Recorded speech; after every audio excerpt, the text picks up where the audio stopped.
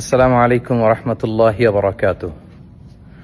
Saudi আরবের মাদায়েন সালেহ বা আল হিজির এলাকা থেকে আপনাদের সবাইকে স্বাগতম জানাচ্ছি। আমরা প্রায় আজকে মদিনা থেকে 350 কিলোমিটার পথ পাড়ি দিয়ে মাদায়েন সালেহতে এসে পৌঁছেছি। এইখানে মূলত সামুদ জাতিগোষ্ঠীর বসবাস ছিল, যাদের হেদায়েতের জন্য আল্লাহ তাআলা সালেহ আলাইহিস সালামকে নবী করে প্রেরণ করেছিলেন।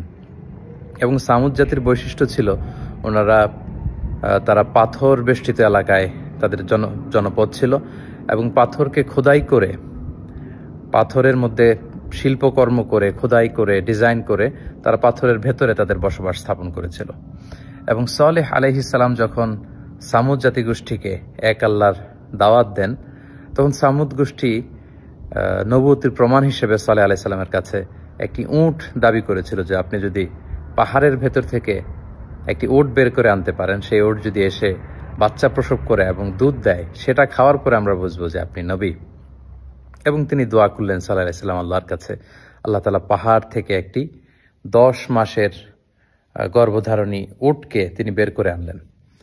কিন্তু সাল্লাল্লাহু আলাইহি ওয়াসাল্লামের উম্মত সামুদ জাতি এটা দেখেও তারা বিশ্বাস করলো না এবং উটটিকে হত্যা করলো কিছুদিন পরে। এবং তাদের এই ধৃষ্টতার জবাব হিসেবে, শাস্তি হিসেবে আল্লাহ তাআলা জিবরিল আলাইহিস সালামকে পাঠালেন। উনি এসে একটা সাইহা বা সাউন্ড ওয়েভ, বিশাল একটি শব্দ তরঙ্গের মধ্য দিয়ে এমন বিকট আওয়াজ করলেন, ফলে সামুদ জাতি সমূলে নির্মূল হয়ে গেল, তাদের কানের পর্দা ফেটে সব লাশ হয়ে পড়ে রইল। এবং সালেহ আলাইহিস সালাম পরবর্তীতে মুমিনদেরকে নিয়ে মক্কাতুল মুকাররমাতে চলে গেলেন। প্রিয় সুধী, এই হিজির এলাকাতে যদি আপনারা আসেন, বা যেটাকে মাদায়েনে সালেহ বলা হয়, এখানে বিশাল বিশাল পাহাড় দেখা যাবে, কিভাবে পাহাড় খোদাই করে তারা তাদের বসতি নির্মাণ করেছিল, কিভাবে তারা এখানে ছিল।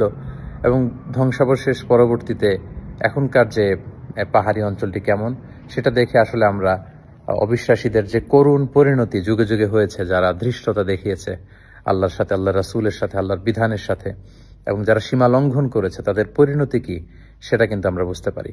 এবং তাদের এই পৃথিবী থেকে বিদায় নেয়ার পরে কেমন রয়ে গেল ইতিহাসের চিহ্ন হয়ে এই মাদায়েনে সালেহ বা হিজির এলাকাটি, সেটি পরিদর্শনের জন্য আমরা এসেছি। আল্লাহ তাআলা কোরআনে বলেছেন, ফানদুরু কাইফা কানা আকিবাতুল মুকাজ্জিবিন, তোমরা পৃথিবী ঘুরে বেড়াও এবং অবিশ্বাসীদের সাথে আল্লাহ তাআলা যারা মিথ্যা প্রতিপন্ন করেছে আল্লাহর বিধানকে, আল্লাহর আইনকে, তাদের সাথে আমি কি আচরণ করেছি সেটা তোমরা ঘুরে দেখো এবং সেখান থেকে তোমরা শিক্ষা নাও।